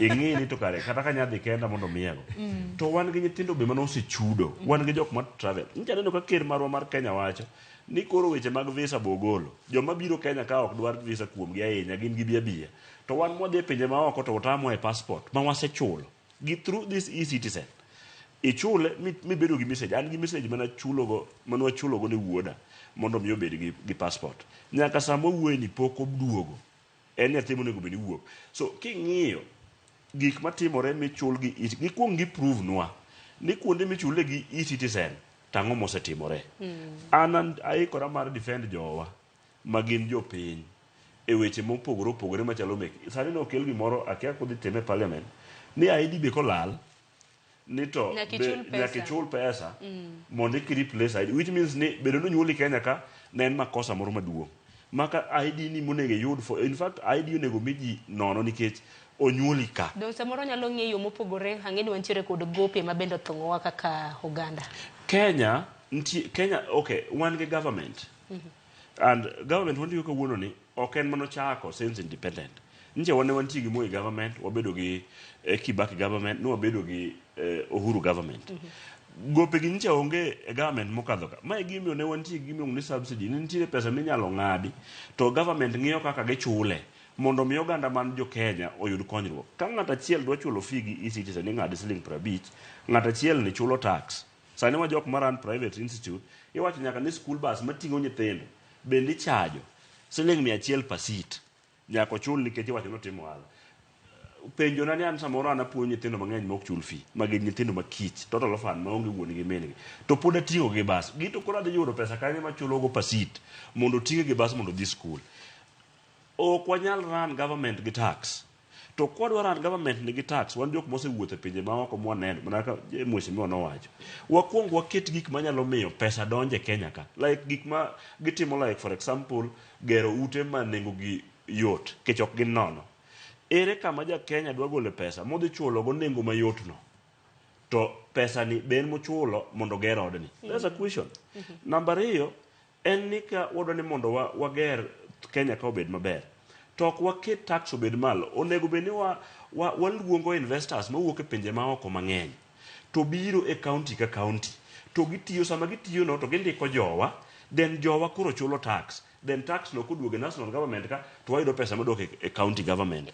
Mogik kech ang'eni sa to koro ok ni kodwa japuonjo wacho ka winjo mheshimiwa no tinde en mheshimiwa to pod en japuonj owacho ka ni kata mana gin ma gintie bunge CDF pok gineno gi wang'gi to jopiny kucho bo thung'ogi ni yor cha ok olosi gicha bende ok otim. CDF ni ben pesa mwachulo tax mawuok e ofuku wa kadhi mondo kodhi e central government to bed this bust oduoge county government kato okonywa as per constituency. Koro anaparo ni anyalo advise our president because kata mokia en mong'eyo nikech en men ker ong'iya ne jok machiel omanya ne new advisors kech aparo ni Asla Nation mano biro goni to koro ok wane Asla Nation koro wantie Nation moro ma is not Asla to ong'iya ne konyalo yudo new advisor mondo advise mondo bed gi direction motere Kenya to ka ok kamano to anyisi nono ni Kenya ni mteremuko opodho samoro ka higa pok orumo. Geno marwa bende wacho ni jogo eko bende nitiere jogo eko e kidienje mopogore opogore ma bende chiwo paro ne jatend piny ang'eno biro bedo komone pacho ka kowuok e piny Japan bang' timo limbe mare mano mar ndalo 2. Zablon kintiere kaunti ma Kisumu chal ka gima nitiere penjo mathoth ahinya e mbui mar e-citizen bende kaluwore kod penjo kata mana kaka watwak chal ka gima piny Kenya ni wachiwo piny koruto koro ruge mage odiochieng' ma kawuono en e-citizen kinyisi ni osuru bende nitiere manyaka igol e toll stations geni mar ndara cha be chal ka gima koro ji ok lose sane wach maber nowachi gi jatend migawo mochung' ne weche mag wuoth ni toll stations bende koro osuru biro bed ka igole participation ok tim akia ni koro warie kanya to sekta mar somo to en sekta maduong' king'iyo kata mana sectors mamoko kata mana king'iyo pok mar omenda ma bende ojachiwne akia ni dwa bedo nade gi e-citizen pod ono ni wach ma kama inyalo kale ga gok. Erokamano Sharon. Sekta mar somo sani ni e crisis. En very big crisis. Wayie ni en sekta maduong' to mwombe ochamo mang'eny e government budget. To koro kochopo kama ni koro Ministry of Education so far waneno ka nitie ywaruok kati ya Ministry of Education gi Ministry gi TSC. TSC en na commission mano establish mandiko jopuonj to en e constitution. Ywaruok ni ok en kata ni manyo kata telo ok en kata power en mar resources. Koro conflicts mang'eny en make resources. To Ministry mar Education nigi resources gi to pod temo manyo resources. Emomiyo ndalo moko ne gibiro gidwaro ndiko school managers ma koro school principals ne ok nyal koro biro ok bichoko fees. Ka ne paro ni Gongo Mwamba ne obedo nobedo criticized ema koro gibiro gi paro moro ni koro wadhi wachok fees. To remember ne kar ka fees kae en kata ni dhi choke wang mbui kanyo nyalo bedo gi hackers. Recently nwaneno wach moro mani jo Sudan no hack the internet mar Kenya kata ndalo moko bende gi hack internet maluongo ni gi mek mbarariany ma nyithindo moko ma pok ochulo fees noket gi ni gisetieko fees. How sure we ni buwang mbui ma koro ichoko godo pesa ni ng'ato ok bi hack ba wach ni pesa kama olal. Koro nyaka watangi avalanche of circulars. Sirikal biro gi avalanche of circulars gi to circulars gi conflict each other. Nikech kagi biro go kamae to moro makamae. To kagi neno ni nitie makosa moko mane timre skunde. For instance wayie ni skunde moko ne yalo ka principal ne charge kata pesa ma nyathi ka donje form 1 to yudo ka form 1 no inyiewo nafas ma form 1 ichuli account ma is not recognized. Secondly yudo ka fees moko be ni made arbitrarily ma bit about gik miluongo ni 100% transition. To mae sirikal nigi mechanism mar ng'iyo and rectifying not the cow wach ma e-citizen ni jonyuol ochule gik moko duto e e-citizen nikech wasewacho kendo wanuoyo kanyo ni jonyuol moko chulo fees gi firewood yien moko chulo gi dhok, moko chulo gi diek, moko chulo gi oduma gi oganda. Koro kochopo ni sirikal ema dwaro choko fees, onego bed ni giwacho ni kara wadhi choko fees to nitie jok mondike skul kanyo, mae watchman, mae iluongo ni basa, mae jotedo, jobeto. Sirikal onego bed ni kawo employees of schools ka school to keto gi koro dhi chulo gi mshahara moloyo keto badeno. Already employees gi safa nikech pesa gi leo nikech capitation mondo bed ni oro gi leo. Koro parents ka gin parents ma nyalo bedo ni gi fees ok nyal chulo fees to kama gidake ok nyal chulo, chiemo en shida. Koro wawach ni sirikal ka dwaro kawo mano kara gi kawo nyaka workers, to wang'eyo ni sirikal is chewing more than it can swallow. Okawo chiemo mang'eny okete dhoge to miye tabu ma ok onyal muonyo, nikech kane gikawo kata wach exams KCPE gi KCSE fees chon jonyuol ne chulo ka to jonyuol nok oywak ni ok wanyal chulo fee mar klas 8. Nyathini kane osesomo chopo klas 8 ni ng'eyo kaka ibiro manyo fees bi chulne. Nyathini kane dhi e klas 12 to ni ng'eyo kaka ibiro manyo exam fee bi chulne. To ka sirikal nokawo mano, nwaneno ka jonono sani pesa michulogi ne leo kuom higa achiel. Results ma higa manyien biro bakal kapok ochul jonono. Higa ni kane wagoyo koko boneno ka jonono, jok mano examine gi jok mano timo monitoring gi jok mano ng'iyo penj invigilatory supervisors no chul chon. Koro kamoro amora ma sirikal mule to waneno ni nitie shida. To remember ni nitie constitution mano wabiro godo 2010 mano timo devolution. Devolution is not decentralized work. When I say decentralized work, counties no mitijgi kaka mar ECD. Presidential Working Party nyo biro gi recommendation. To idro ka sirikal dwaro implement gik moko madhi kelo resources. Nya gidwaro mayo governance wach ma ECD no. To governance nyo biro mager. Ok wanyal implement circulars kata part of the working committee mar education mar Professor Munavu moro madhi konya sirikal. Koro ka choko omuom mar fees, sirikal is biting more than it can chew. So this is an idea ma time ne poko chopo kama wantie onego bed ni wa fight gi miluongo ni 100% transition cha obeda reality. Sani nyithindo mang'eny onge skunde, to koro wach mar e-citizen ni wan kaka jo union wawacho ni waseng'iye to waseneno mbele to dhi bedo gi issues mbele kae. Koro emomiyo wasetang' to wawacho ni sirikal o postpone gini wawuoye kata for the next 2 years kapod waparo kaka wanyalo adopt e-citizen no. To kok nyalre to wawe principal gi head teachers omed choko omuom mar school fees nikech gine ma ging'eyo method ma ginyalo adopt mar choko godo pesa gi kaka itiyo kodgi. Ero kama na inya Zablon Awange ngini kaona duogo ire kanya bro duogo gi wachni mogik wachiko chenro makama en manya kwa mga juanga adhi ne county ma Mombasa wonya ne Uganda county ma Mombasa to wachango kaluore kod chudo mano mar e-citizen. Joja oko kinyalo mana winja Mombasa chionade inyalo mana dhiro thor wach makama. Ero kama na hinya awinji maber kowuok e county ma Mombasa kuma kawuono bende antiere gi moko kuom jodak kae magin be adwani gigo e dhogi piny matin kaluwore gi wach chudo mar pesa kata school fees e yor mbui kata lony manyasani midendo ni e-citizen. Adwana wuo mana gi moko kuom gi kae winja ni to wachni gin gi rwake to ka gineno ka ober kata orach to midhiero mane ma samoro nyalo bedo godo awuowa kodgi kae. Chekna cheka gi nyingi baba, in nyingi ng'a to akia ni pachi en mane kaluwore gi okang' masani piny owacho oketo mar dwaro ni jonyuol ochul school fees mag nyithindo e yor lony midendo ni e-citizen. Kachako gi nyinga an ngani Daniel Adiema Peter, an jadak mar Mombasa. Wach mane sirikal osieko go mar chulo school fee e e-citizen ni, an kaka jadak mar Mombasa gi kaka ng'atno mosome shida e dala kojacha atamorago okang' mamalo. Kendo gima sirikal okelo ni obiro kelo shida kabisa ne jonyuol, nikech ka wang'iyo kata ka luo koro koma wae kocha nyithindo some shida seriously.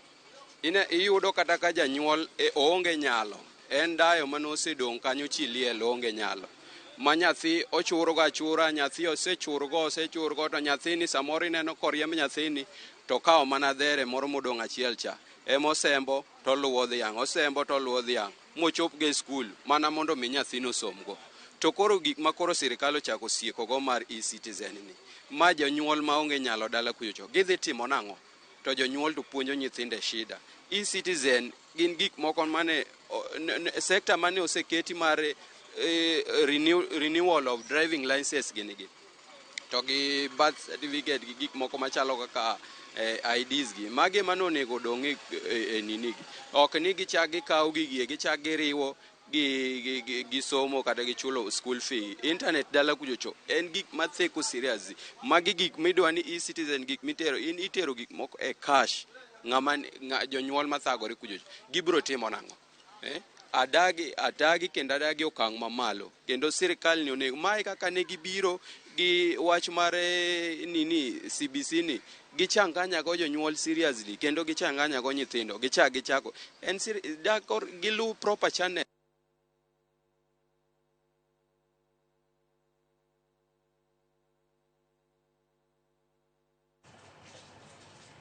Nyakorom ga jongo guni Musa nyaka lure kod tudruok makamano chal ka gima waya moro chut kanyo kata kamano wabiro bedo kwa tudre kendo gi jafombo marwa nyane na poro dhi nyime gi loso gi jopiny kaunti ma Mombasa.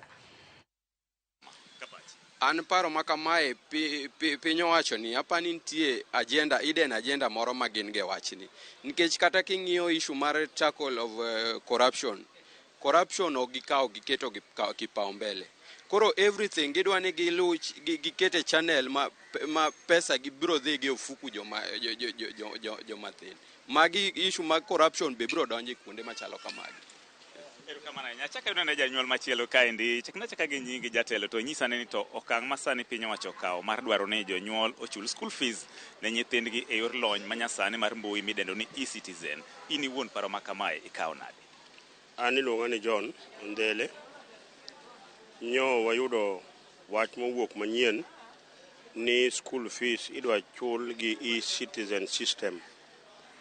To waneno ka gima nitie agenda moro ma sirikal nigo ma wan kaka jonyuol to gi joma nyithindgi nie sikunde waneno ka nitie gimoro ma joge dwa timo. Nitie corruption moro ma dwa donjo ka ma nyaka jo Kenya tang'ne. Nitie pesni ka mibiro ng'ado ga mag e-citizen gi nitie ng'ato dwa kawo gi waseneno gino gi mabor. To rieko ma gibiro go ni ok onego bed kamano nikech sikul te kata kum jomosomo te iyudo ni dhano somo gi chandruok. Jomoko somo gi tero alot e sikul, jomoko tero oganda, jomoko tero oduma, jomoko tero yien. Min ng'ato dhi moto to ting'o e sikul to tero ting'ade fees. Headmasters ong'eyo sida ma ji nigo nikech gineno jonyuol te. To e-citizen onge janyuol kata achiel mong'eyo onge. En system moket kanyo ma en odwaro pesa irwake to bende waneno ni kata e-citizen be ka wang'i po ni chulo kata fees to samoro jam receipt onge idhi nyiso japuonj nang'o ni nyaoro to ko receipt kobiro kose dwaro na timbe nang'o. Waneno ka sirikande ni wapime sirikande wanene rieko mobiro go mar kuo mang'eny modwa kelo ni wasepime waseyude. Sirikand ni ma idwa chamo corruption ni kama idwa tim e wach mar puonjo ni e wach mar fees to wadagi kaka jonyuol wadagi makata gitim mana public participation wabiro kwero ni ma ok nyalre ma gidhi tamo nyithindo mang'eny somo gidhi miyo skunde dhi bedo gi chandruok maduong'. Nyithindo biro ndriyo kecho odiochieng' achiel ne chumbi ka onge sikul to nyithindo wang'o sikul nikech jopuonj wacho ni pesa ochul pesa e-citizen waonge pesa mwonje go chumbi waonge pesa mwonje go sukari waonge pesa mwonje go majan waonge pesa mwonje go pi orumo pi ochot kaka wanyiewo pi onge sikul iwang'o sikul iwang'o higa mabiro ni skunde gi ibiro wang'o gi sirikal biro miyo skul wang'. Erokamano ayude pa jadak machielo chaka gi nyingi tinyisa ni itopa chien mane kaluwore gi okang' mar dwaro ni jonyuol ochul pesa through e-citizen. An gi mara gi nyinga an Kilio Nairo. Paro ma sirikal obiro go ni sirikal ema timo nonro mayudi. Wan kata magikelo mar e-citizen no wan be warwake nikech there is a time mano chako ni pesa ok chul through basha itero pesa bank. Mano bene ji opingo to bene gichulo dhi adhiya. Koro gine mang'e ka gibiro channel ma pesa mokalo e-citizen nitie mibiro gol ma biro dhi konyo sikul.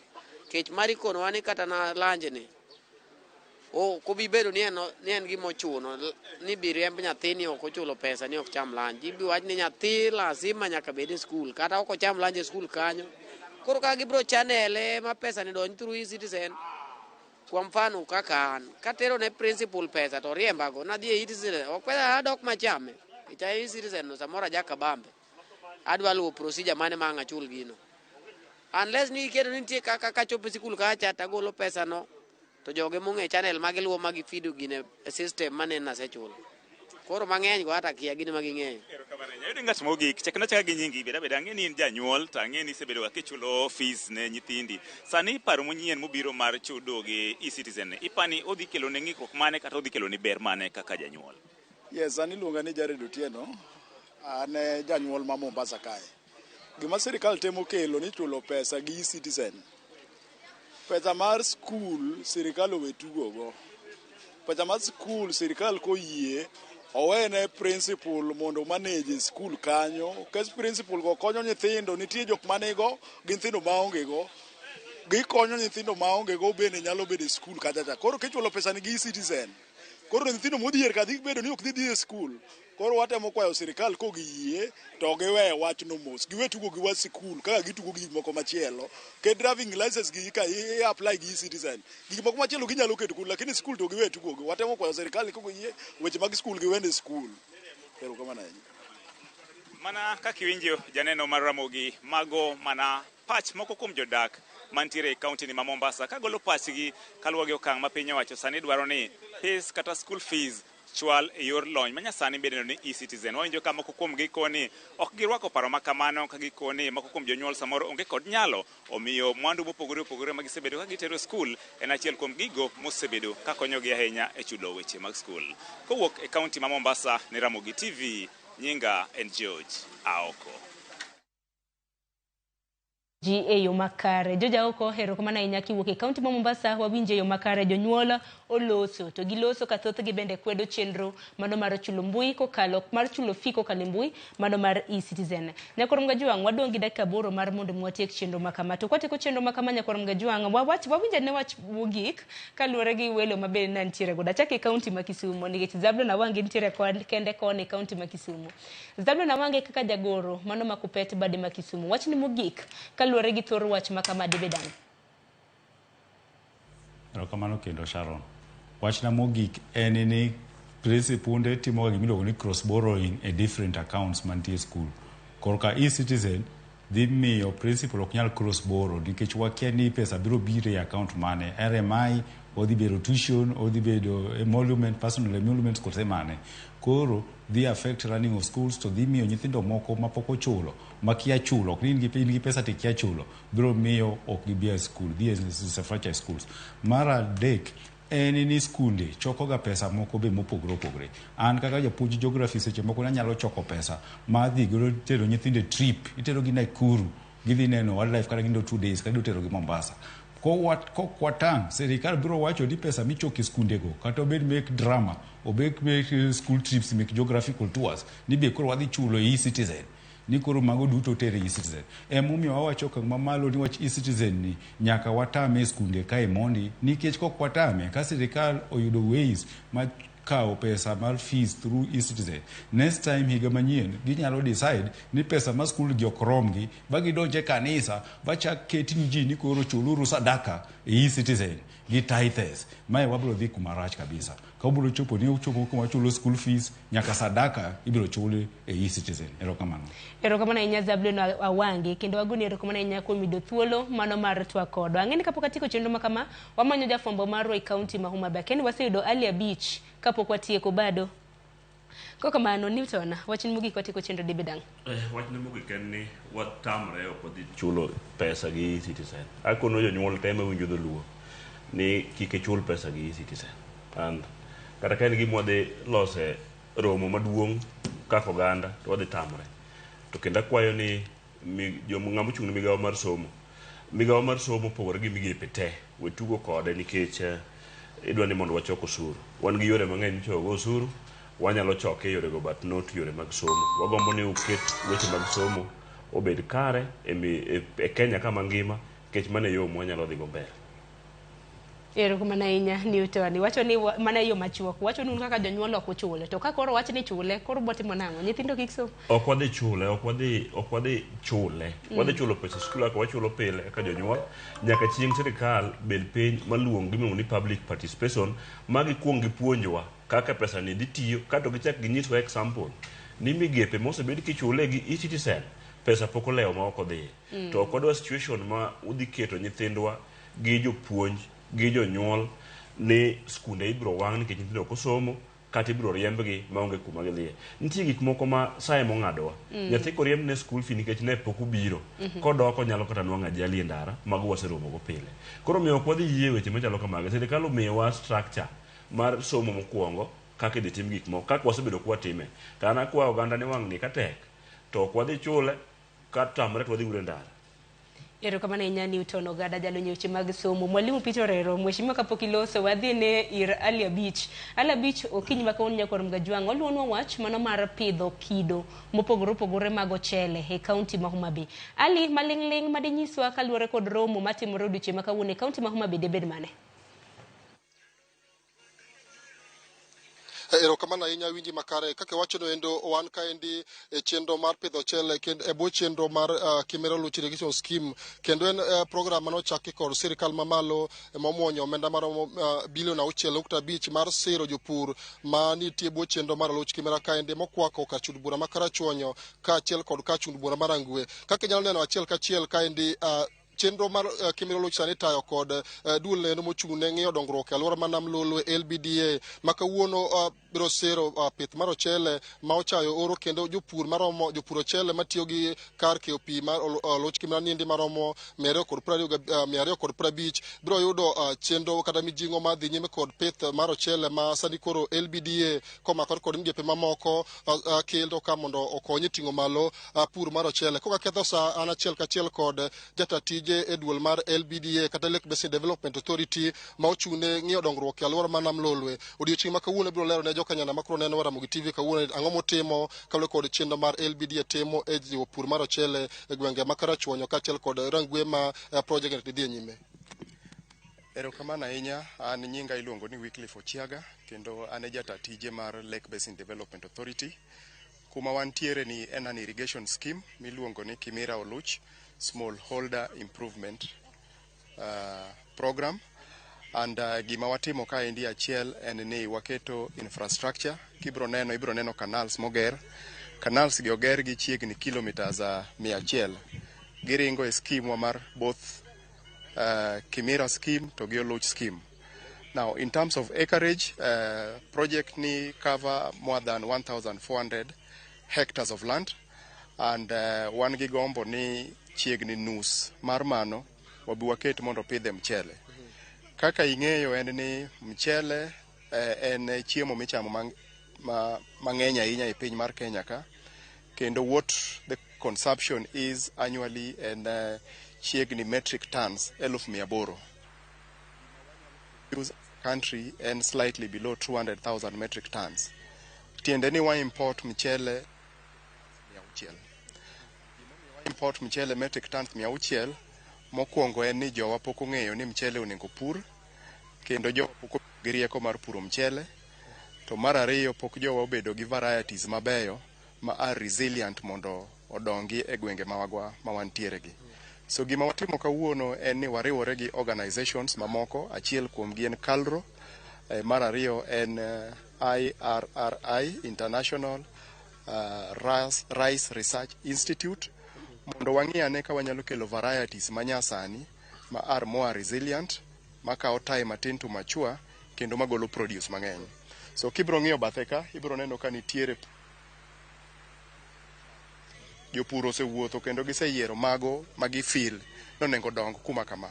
So kawuono wabro yiero mondo wang'ini manyalo dongo en mane mondo koro wami jopur teko kaka ginyalo puro michele bilago.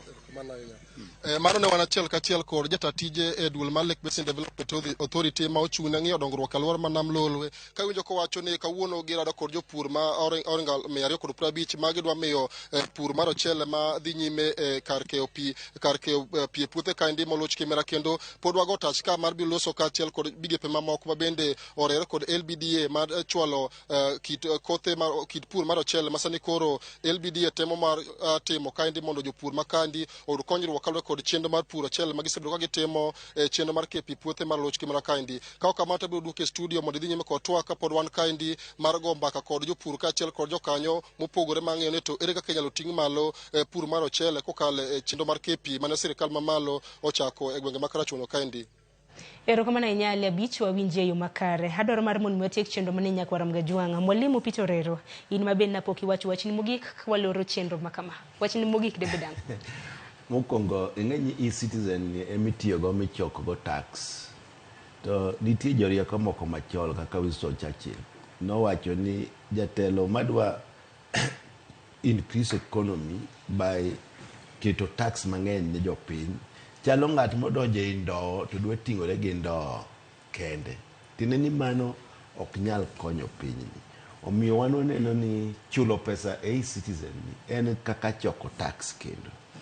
To tax ni itiyo kode nade? Kana somo reports mag economic reports wayudo ni nyaka ne sirkal ni donji gise olo 2.4 trillion in only 1.5 years.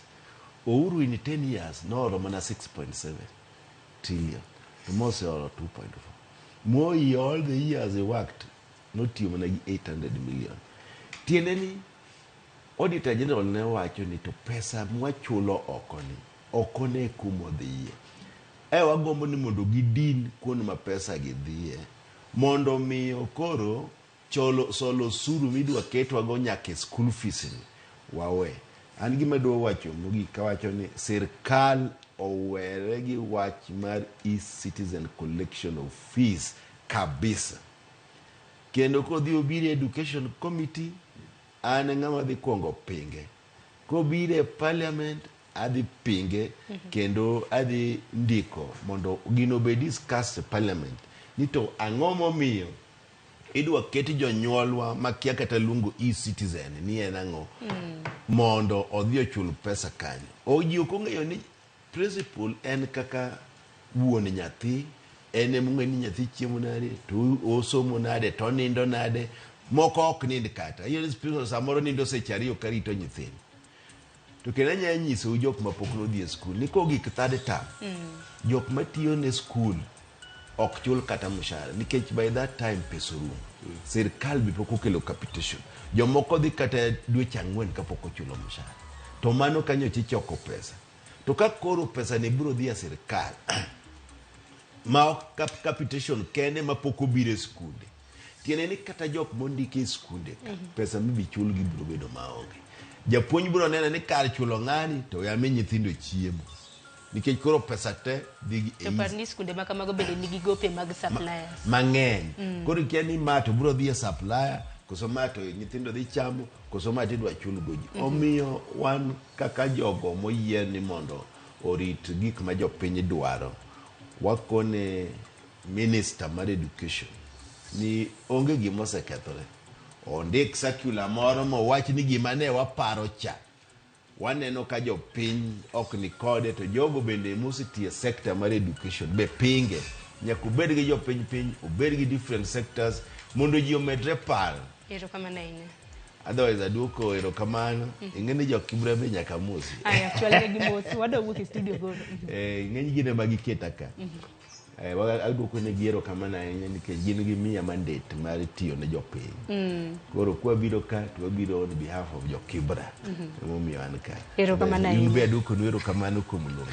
Erokamano ahinya mwalimu. In bende ogoni erokamano ahinya kinde ka kinde kwa luongi to ichopo e studio mar loso gi jopiny. Agoni erokamano ahinya mheshimiwa Peter Orero Newton Ogada. Agoni erokamano ahinya kanyakla kod mwalimu Zablon Awange kintiere kaunti ma Kisumu.